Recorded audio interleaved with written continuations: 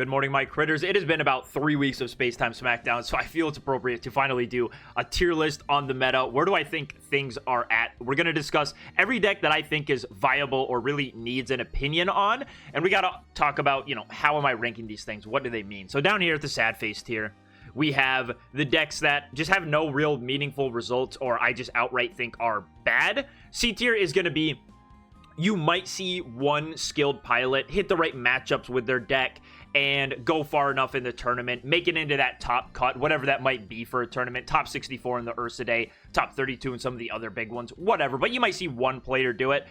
They, might get inside the top 16, but you're probably not going to see them in top 8 or ever win something. B tier is going to be more or less sort of the same. You're going to see multiple players be able to do this. It's not going to be uncommon for you to see these decks in the top cut of any tournament. And again, you might see like one in top 8, but probably nothing, you're not going to see these things win tournaments usually. A tier is going to be, this is a deck you're going to see in top 8 at tournaments most times. It's going to have quite a few spots of those top cuts. It's going to be taking up a decent meta percentage. Just a good deck all around. Could also win events. No problem there. And then S tier, we actually, I feel like we do have S tier decks. I've seen some other people say that we don't really have S tier decks at this point in time, but I feel like where the meta's at now, we do have S tier, and I'm putting also sad face for S tier because we'll get into it. I'm not really happy with what the top deck or top decks are currently, so we'll just jump into it. Let's start with the sad face tier. Time for your daily Pokemon fun fact to try to win over your subscription. Did you guys know back in 2015, someone mysteriously acquired 5,000 copies of Raikou, Entei, and Suicune Gold Star cards? They then revealed that they had this collection, crashed the market on Gold Star cards, and continue to sell them to this day. They've never been punished. No action has ever been taken against them since you can't really prove where they came from. They most likely came from a factory. I also did a little bit of pocket watching. I tracked how much revenue they've generated just from PSA sales. There was about 100 to 250 cards that they sold, somewhere in that range of PSA copies. It amounted to around over $100,000. And yeah, they still continue to sell them. If you're buying any of these cards, you're likely getting it from that horde, which this person has probably profited hundreds of thousands of dollars on. That is it for today's daily fact. If you guys thought that was interesting, please be sure to sub to the channel. We're going to start with the Lake Trio. Sadly, just not a good deck. A very, very fun deck. An extremely fun deck. However, this deck is sort of made impossible to play by any Darkrai decks. We have very squishy Pokemon that are going to get damaged a lot by Darkrai's ability, right? You think Uxie. Uxie just can't attack into a Druddigon against a Darkrai. It's going to be doing 20 damage with its attack, which is nothing. It's never going to get through the Druddigon, and it's going to take a ton of damage doing so, probably get knocked out. And then you have one Mesprit to come and get a prize, but they have, multiple stage 1 attackers to mix in as well. It's just, there are a lot of problems with this deck. Super, super fun. Just sadly, not going to be anywhere near the top tables in these tournaments. I can't believe I'm doing this. You just look at any other meta, and this would seem unbelievable. But yes, I don't really think Pikachu's anything. We can kind of just leave it at, like, when was the last time you saw Pikachu do much of anything, and just move on to the next one. It just took a lot of horrible matchups because of these new cards that released. It's just sadly not good anymore. And then we'll also do, like, Primeape Lucario. I've just never seen this deck do a single thing that, piques my interest. I think there are ways to play Lucario that are decent, but this Primeape version is definitely not it. The speedy, small attackers aren't really doing it for you when there's Darkrai's everywhere and some of these bigger EXs everywhere. It's just not, it doesn't have the same punch. And a big thing for these, small fighting type guys was, well, we run into Pikachu, we just get a free dub. And there's not really any lightning stuff really for these decks to take advantage of. So that's also going to be down here in the sad face tier. I'm also going to do it to Luxray Electivire. It just hasn't really impressed me at all. I mean, it could potentially be like a bottom C tier deck, but overall just not impressed by the deck. It's a very cool thought, but sadly there's just another lightning Pokemon that does way better than it. I don't really see the point in playing it. And if anything, I would rather play Magnezone with Electivire than Luxray with Electivire. So that's all the way down here as well. And then let's do Mismagius as well. Mismagius' big problem is the fact that Confusion is so pointless. In the real Pokemon card game, when you're flipping for Confusion, if you hit Tails, you take damage. You hurt yourself in Confusion just like the video game. In this, while you're confused, you're free to retreat. You don't have any negative besides you just don't attack. Confusion is literally just worse sleep. So I don't know why they did it like that. Even if Confusion did like 10 damage, I feel like Mismagius might be fine because it would fix up math in a lot of places for it.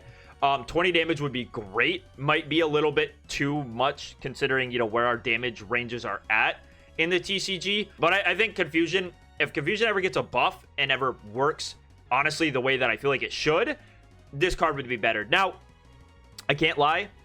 I kind of like that Confusion is not very good. Every time Confusion has been a thing in the real TCG, it is so annoying. If you guys ever played back in the Espeon Garbodor decks days, just getting like turn 1 side beamed by an Espeon was so annoying. Like right now I'm confused. I can't do what I want. I have to retreat or I'm risking taking this 30 damage from Flipping Tails. I hate Confusion. I really do.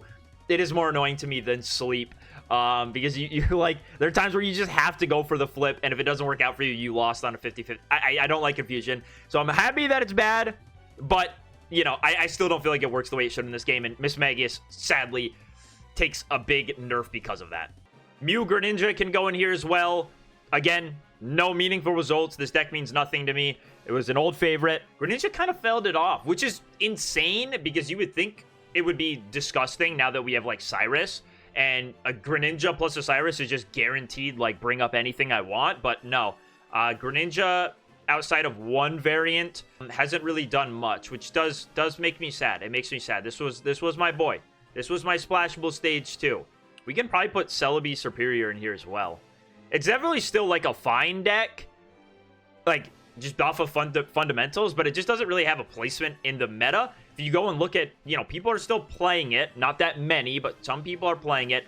And it usually does pretty awful. Let me also put Mewtwo here. This is just like, this is insane, man. This is insane. This is just Genetic Apex and Mythical Island flipped on its head, right? Mewtwo, sadly, we finally got that big dark attacker that has made Mewtwo be bad. I just keep finding decks to put in this sad tier list, or the sad tier. And that's Aerodactyl Lucario. Again, it doesn't really do much.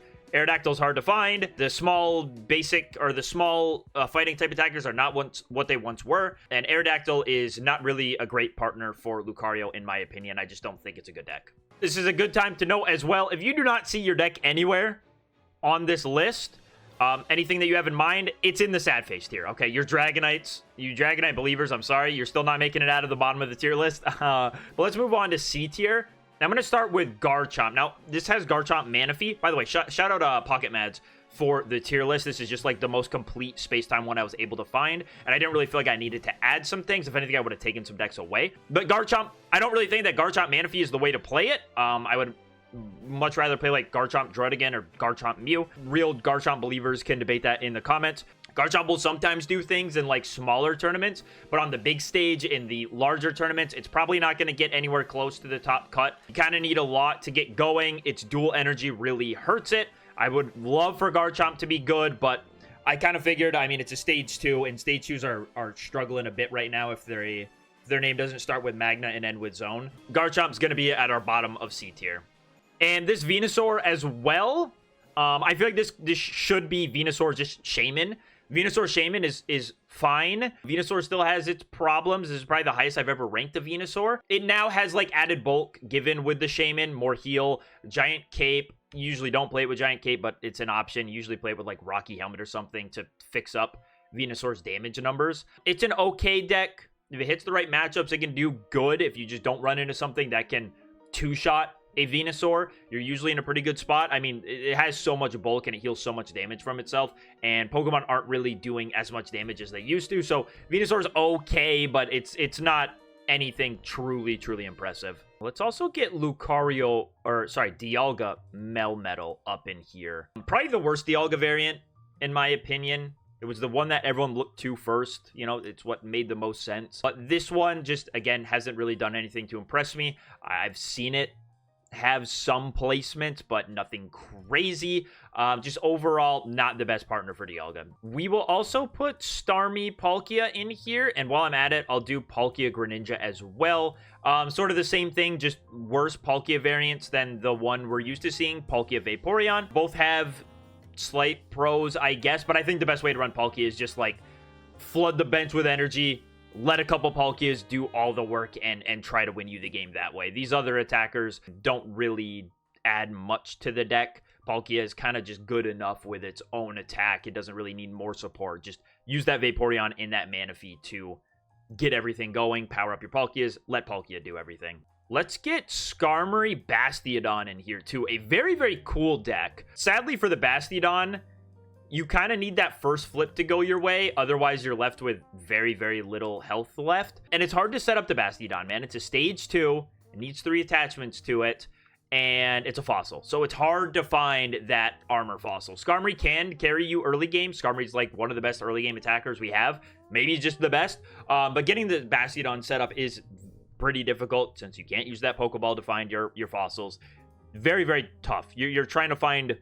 You can't calm for it either. It's just the fact that it's difficult to set up and needs more than one energy attachment, unlike his fossil brother, makes it tricky to get a Bastiodon set up for the late game. And then, even then, if coin flips don't go your way, it's all for nothing, right? He has that very powerful ability, reduces 100 damage if you flip heads. If that doesn't happen and you don't get set up, then what are you doing? Let's do Darkrai Weezing as well. Very powerful just because it's a Darkrai deck, but definitely the worst variant of it.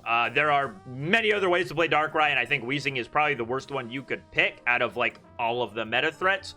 So I don't really see a reason to be playing it. I don't think that Weezing necessarily gives you any big buffs over any of these other decks.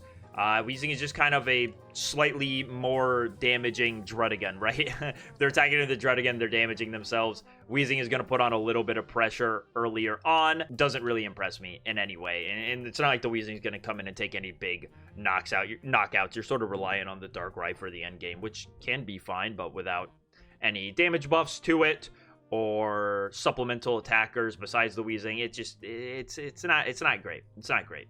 I'll roll this up. Like, let's say this is either Articuno 18 trainers or Articuno and Palkia. I think that this deck is somewhat fine. Articuno 18 trainers, you always have the, potential for Misty High Roll and just sort of sweep the game from there. You also get the added Cyrus buff from the blizzard damage you're doing everywhere. It can be good. It's usually not. And then the Palkia version is, I think, better than these other two Palkia variants as well. So that's what we'll do with Articuno. All right, and then likely to round off our C tier, I'm pretty sad about this one. I feel like if any week would have been the time for this deck, it would have been this one, considering what the meta actually looks like, and we'll get into that as we move on. But Infernape, I can't ignore the numbers. This guy failed to do, like, much of anything, despite on paper seemingly having decent matchups. And from what I've played from Infernape, the problem is that it is a stage 2, and it is... Like, you do not set up Infernape fast enough most games. Sometimes you have those games where you go off and you get into that Infernape line instantly and the card feels very, very good. But other games, you're looking for that Monferno, you're looking for that Infernape, you just can't find them. And now all of the power of the Infernape, which is like, this is supposed to be a very fast attacker. It's supposed to be doing 140 damage before your opponent has completely stabilized. It's just not happening. And again, just the downside of being a stage 2. Being a fast stage 2 isn't really a thing in this game right now. Stage 2s kind of need time, and when you're playing a fighter deck with Moltres, there's just better options than Infernape. I've tried a lot of non-Moltres variants as well, and it's just sort of the same thing, man. I just can't get the monkey set up fast enough to take advantage of his damage, because late game, when your opponent's had time to put capes on things and get things set up, the Infernape's no longer able to capitalize on its speed. So sadly, I have to put him like top of C tier. He does better than some of these other C tier decks, but overall just not as good as he should be, and that's quite sad. To start off the B tier, I'm going to throw Gallade, and this can either be Hitmonlee version with the more basics, more Marshadows, stuff like that, or the Lucario variant that looks to just buff the damage of Gallade once he gets up and going. Both have been doing equally as fine in tournaments. Usually I shy away from Lucario things because I don't like having a stage 1 in my stage 2 deck, and Riolu's usually not the best starter. Hitmonlee is just so broken. You know, a lot of decks just want to throw a Druddigon in the active spot or throw something in the active spot, and if you can ignore that and ping damage with Hitmonlee and then Cyrus something up later on in the game, that feels a lot better to me than buffing damage with Lucario. But that's just me, though. That's just me. I haven't ever really been a Lucario believer. Yeah, deck does fine enough. Usually quite a few in the top cut of tournaments. So I like Gallade. I think it's a good pick for any tournament going forward. Yeah, just in a good spot. Let's get with somehow the best like 18 trainer EX. Never thought it was going to be Pachirisu. Thought Pachirisu was a pretty bad card when it first came out, but it's just doing well enough. I mean, you have the speed of Pachirisu. You can get him attacking for 80 very, very reliably, and that's sometimes too much for decks to deal with. It's really that simple. You have a lot of annoying cards in your deck because you're only playing 2 Pokemon. The rest is just trainers. I've seen this deck run Mars. It's been kind of cool to see decks finally start to incorporate Mars into their list because, I mean, late game, just putting your opponent down to 1 is pretty darn good. Pretty darn good to leave your opponent with just 1 card. Takes away some of their options. They'll miss those key evolutions they need at the end of the game, whatever. But yeah, Pachirisu, I mean, there's not really much to say about it. It's a very linear strategy. You just put Pachirisu in the active spot and start swinging and hope that's enough to get through your opponent. But people are doing it, and it's working out for them in tournaments, so B tier for Pachirisu. Let's also get Darkrai Weavile in here, what was thought to be the disgusting meta destroyer, and I'm so glad that this deck isn't doing as well because it is very annoying to play against a deck that has the potential to do 90 damage on their second turn and then just keep doing that turn after turn. I never liked playing against the Weavile deck. It made my slow setup decks feel pretty bad, but now that things are putting Druddigons in the active spot and whatever, you know, decks that just have stronger late games and can block that early pressure from the Weavile are doing better than it. So I'm happy to see him in just B tier. It's still a fine deck. People still play it, but it's not what it was on the very first week of tournaments. Not even close. We'll also do Marshadow, Magnezone. Usually you'd see it by Magnezone Hitmonlee, but you know, the same sort of deck idea. It's just Magnezone with fighting stuff.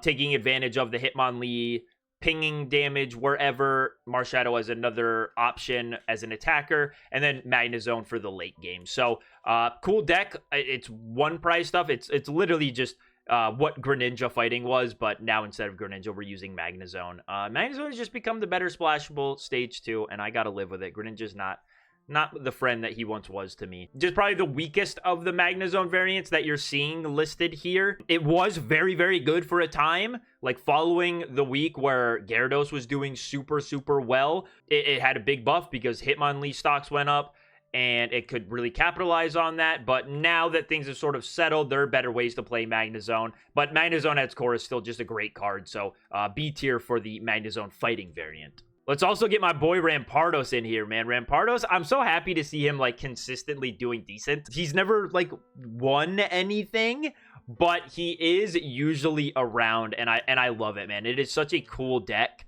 to be hitting for that much damage for just 1 energy.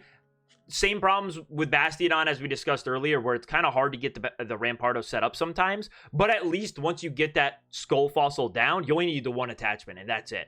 You just attach to him once and he's ready to go whenever he finally becomes a Rampardos. So, very, very cool deck. I've seen Lucario variants usually doing better than the Hitmonlee variants, which is sad because not a fan of Lucario. I just don't like getting him set up, and starting Riolu usually doesn't feel as good as starting Hitmonlee. But yeah, the Rampardos Lucario, definitely the better way to play it, and just a fun deck overall. Probably the most fun deck here in B tier to me. It might come as a shock, but I'm putting Palkia Vaporeon in B tier as well. Recently, the deck has just not been doing so great, and whether that's because of the rise of Magnezone or some other decks that can now tank the Palkia one-shot that it tries to go for. Yeah, it just hasn't been doing as well as it was at the very start. Its play rate is down. Its conversion from play rate to like top 64 or top cuts, whatever, is down as well. It's just not performing as well as it once was. It's just not, it doesn't have a position in the meta that's as strong as it once was. Still a fine deck, right? Palkia is still very, very powerful, but just isn't anywhere close to what it once was. We could also get Dialga Licky in here, probably like down towards this direction. This isn't like totally ordered. Like Magnezone is probably just stronger than these things, but not a lot of people play the fighting variant anymore. This isn't really that ordered. Dialga Licky, something that I looked at the start of the meta and was like, Licky's kind of broken, man. And if you use Dialga to set it up, it might be ridiculous, but it just hasn't shaken out that way. Once you go up and start attacking with the Licky, it doesn't feel as good as I thought it would. Licky sort of gets bullied. Anything can two-shot him. There's not a lot of healing for, you know, colorless Pokemon besides potions. So Licky's usually getting two-shot once you get him sent up there, which doesn't feel great because he's supposed to be your late-game guy, and he's not totally doing enough damage to one-shot anything. He's just getting into a two-shot war with whatever's in the active spot, unless coin flips go your way, and that's fine. But again, coin flip cards are not really for me. So Dialga Licky, we'll leave him in B tier. Not really the best way to play Dialga, but he's fine. He's funny. It's a funny deck. I'm also going to put the Dialga Yanmega deck here, probably like right there. Probably the best variant of Dialga. I really love Yanmega as a card. I think it's awesome. Just doesn't really have, like, you know, the strongest late game. Again, Yanmega's a good enough attacker, but there are things that can get through the Yanmega. Yanmega being weak to lightning is also very, very unfortunate for it. Depending on how things go in your game, if you attack with Yanmega into something with a Rocky Helmet, which you sometimes just might have to do, the Magnezone can come in and clean you up. So Yanmega, not quite as good of an attacker as you would want him to be, but it does still do fine depending on how your games go. If you're playing against a Magnezone with Rocky Helmet, things are going to look a little bit worse for you. But if not, then Yanmega can get through those decks as well. I'm also going to put Yanmega Exeggutor in the B tier. He continues to show up, but he has been overshadowed by some other decks for sure. Same things with Dialga Yanmega. Yanmega just isn't as great into the Magnezone stuff as you would want him to be, but he can get it done. And Exeggutor is just a very, very powerful early game attacker, as we all know. We've dealt with Exeggutor for a while now, but Exeggutor is a lot better positioned than he ever has been at this point in time. Again, cool deck. I really love Yanmega as a card. I do think the Dialga variant is better, so we're going to put the Exeggutor one just slightly farther down in the B tier. We're also going to throw Gyarados in here. Gyarados has been doing better than Palkia. I would like to put Gyarados A tier, but it's totally dependent week by week how well it does based on how many people are putting Hitmonlee in their decks, and that's really what it comes down to. Hitmonlee is more prevalent than it ever has been. There are better decks that can utilize Hitmonlee than ever before, and if things swing one way towards a Hitmonlee slightly favored metagame for a specific tournament, Gyarados is really going to get punished for it. Gyarados hates the fact that it can be sniped by Hitmonlee. And even if you evolve it before, you know, you get that turn 1 knockout on the Magikarp, well, then you can Cyrus up the Gyarados before it's ready to attack, and then you're stuck with a not fully powered up Gyarados in the active spot that's taking damage. It just doesn't feel great. So it's totally dependent on how much Hitmonlee are we seeing. For certain tournaments, Gyarados is an A tier pick. For other tournaments, Gyarados is just a B tier deck. It is still just powerful enough that I don't think it ever goes down to C tier. But yeah, it's really just dependent on what does the meta surrounding it look like. Because this deck probably gets countered harder by any one card than any other deck. And to round off our B tier, I'm going to throw Darkrai Greninja. This was previously like an A tier deck to me. It was taking up a lot of spots in these big tournaments, but now not so much anymore. It's sort of fallen out of favor. Still a strong deck fundamentally, but given the other decks that are performing better than it, he's down here in the B tier with the rest of them. You'll see a couple at the top table still, couple in those top cuts, but he's not doing the things that he used to, and that's unfortunate for him. But yeah, we got other better ways to play Darkrai still. To start off A tier, we'll do Exeggutor Mew. Now, this is just a very slight variation of another very powerful deck, but I feel like I'd put him on here as well. Exeggutor Mew is ridiculous at the moment. We'll talk more about it. So for now, we'll just leave it at this one's A tier, and we'll talk about the other one when it comes up. Now, for the very best of the Magnezone 1 prize decks, we have the Magnezone Skarmory. Skarmory is just such an insane early game attacker, and pairing it with Magnezone is just disgusting, right? You have Magnezone for the late game, Skarmory for the early game. Probably just the best single prize early game attacker we have. It's doing 50 damage turn after turn. You can either Giant Cape it to buff its HP, or Rocky Helmet to make it even more annoying for opponents to deal with in the early game. Just a super, super fantastic card. It's going to get you usually one prize or soften up something for the late game to be Cyrused up later and knocked out with that Magnezone. Just the strengths of Magnezone are here. The strengths of Skarmory, they work together so perfectly. You can spend all of your energy resources building up a Heatran in the back, or attaching extra energy to Magnezone if you really need to. Usually you don't. Magneton's going to get all of the energy it usually needs just from its ability. And then you're ready to go, man. It's just a great deck. I have a lot of fun with it. Again, I really don't mind Magnezone stuff. I know it's might be sort of boring, the fact that it's everywhere, but it lets you play with these other cards, right? Like, you could play Skarmory decks. You can play Hitmonlee Marshadow decks with just a good late game attacker. I like it as a card. It's a one prize Pokemon. I do not mind Magnezone whatsoever. There's another card here that I hate and has betrayed me that we'll talk about, but Magnezone Skarmory is super, super well positioned. It's doing fantastic at all these tournaments. It's taking up a large percentage of the top tables. So yeah, Magnezone Skarmory, very, very good. And our next A tier deck, no surprise, we have Darkrai Magnezone. Darkrai Magnezone, when it first came out, was such... It was just a shock to everyone, right? Like, wait a minute. This is what started the Magnezone wave, where we realized, wait, we can just put Magnezone in, like, anything, and it's kind of gross. And it has actually continued to stay very, very relevant. Darkrai Magnezone is just probably the best way to play Magnezone. It's sort of tied right now with Magnezone Skarmory, but both are equally scary. You get to get all of that extra damage in with Darkrai. You have the Druddigon to sit behind, or Kangaskhan. I've seen people go for Kangaskhan's as well to try to deal early damage. I hate Kangaskhan, so I would never play that version. I hate that card so much. I feel like it does 0 damage way more than it statistically should, but that is confirmation bias at its finest. Yeah, Darkrai Magnezone, just what can you say? You guys know it. This deck has been around since the beginning of the meta. Once people figured it out and realized how insane it was, it's sort of come down in play a little bit because we have another deck that's looking to counter it a bit, give it a somewhat difficult time.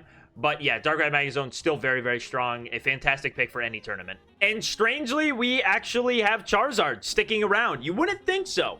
You wouldn't think so. If you had any meta predictions for what, Space Time Smackdown might look like before anything was revealed, you would say Charizard's probably still going to be at the bottom after Mythical Island, and maybe Pikachu and Mew can still hold on depending on what cards we get. But no, Mewtwo and Pikachu did not hold on, and Charizard is looking to be the better of those old Genetic Apex days. He's still sticking around despite Mew. A lot of people are not playing Mew. This is really the reason why Exeggutor Mew variant exists, to deal with the uptick in Charizard decks. It is like the one stage 2 where once it gets set up, you're good. It sets up a lot more consistently thanks to Pokemon communication, but it does still have that problem of it being a stage 2 you're all in on. And if you can't find it fast enough, then things can go bad for you. If you don't get into a Charizard, your opponent can Hitmonlee and bring it up and blah, blah, blah. All of those sort of bad things are still against it. But the people who do, like, high roll with Charizard and get that Charizard set up every game, now that there's not a lot of Mew, Charizard really does still have that, like, if you're looking at a Charizard with 5 energy on it, you've probably lost that game. So, yeah, Charizard just fantastic. It's one of the few things that can still one-shot whatever. It's actually the only thing that can reliably one-shot everything it runs into, and that's just big for it. That's big for it. There's a lot of big Pokemon going around right now, and Charizard being able to demolish any of them makes it super, super strong.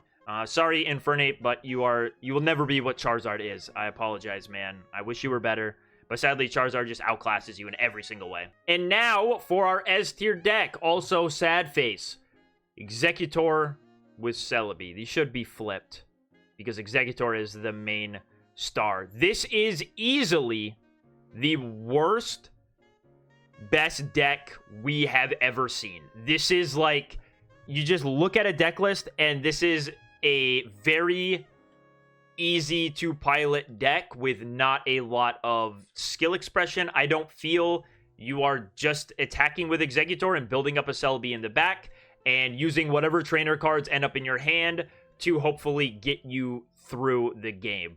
I am not a fan of this deck being great. I never was a fan of just the Exeggutor Mew variant without anything else, or the Exeggutor Celebi variant back in Mythical Island. I was never a fan of the deck, and now to see it be as good as it is, it got some slight buffs, as in it can now hit Darkrai for weakness, and it has Giant Cape to boost the health ceiling of these Pokemon by just a little bit. I'm not happy to see it here. I do not like this deck at all, and it seems like any of the decks you could build to counter it besides Charizard end up having problems with some of these other decks. So it's like tricky to get it out of this S tier spot. It really is. It's preying on the meta right now. It takes like 50-50 matchups to like everything. So it's not like overwhelming. It's not taking these disgusting 70% matchups against everything like some of our other S tier decks were, but just playing against it doesn't feel fun. Playing it doesn't feel fun. I do not like this deck. I hope whatever our next set brings gives us some sort of answer to Exeggutor Celebi and this falls off a cliff. I would much rather have like Mewtwo still be up here in S tier or something like that than this deck, because again, there's no real thought to piloting it. I'm a true hater of this deck. I do not like it being here, and it's now taking up like 20% meta share at every single tournament. I don't even want to know what the mirror match feels like. It can't be good. It cannot be a fun time. Yeah, super sad to see the meta shift in this way to that this is what we're all playing apparently, and this is what's doing the best at tournaments. Glad to see Charizard come up to bully this guy, right? This is like why Charizard is getting better, because Charizard can deal with this thing. It's got like a 70% matchup against this deck, which is fantastic. Let Charizard come in and clean this guy up. Maybe next week we'll just see an uptick in Charizards, and the Exeggutor Celebi will be punished for that, and we'll start to see some of these other decks perform a little bit better. But yeah, this is the guy with the big target on his back. Really, the only way I can see to deal with him reliably is like Charizard. The high roll potential on this is disgusting. If you just flip enough heads with Exeggutor in a row, you're sweeping. If when your Celebi comes up and attacks at high rolls, that's the game. It's just a coin flip deck that does nothing but flip coins and then heal itself. It's gotta be. This can't be good. This can't. I hate it. I hate the deck. That's where we're going to wrap everything up. Let me know what you guys think of the current state of the meta. Everything here is great, besides this guy. It's my only problem with the meta right now. Yeah, let me know what you guys think. Thank you so much for watching. I'll see you on the next one.